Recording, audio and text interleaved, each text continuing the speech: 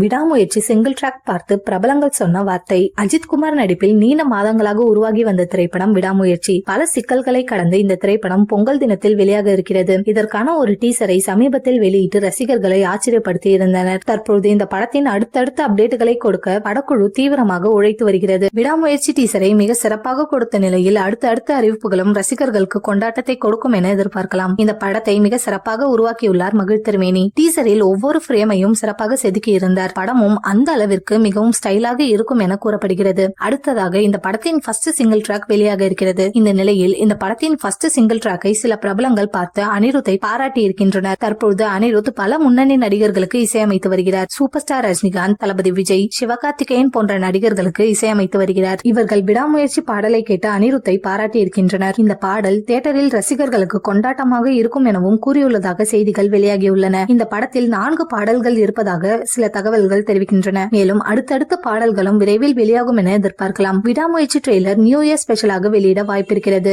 அஜித் ரசிகர்களுக்கு அடுத்தடுத்த கொண்டாட்டத்தை கொடுக்க லைகா நிறுவனம் தயாராகியுள்ளது.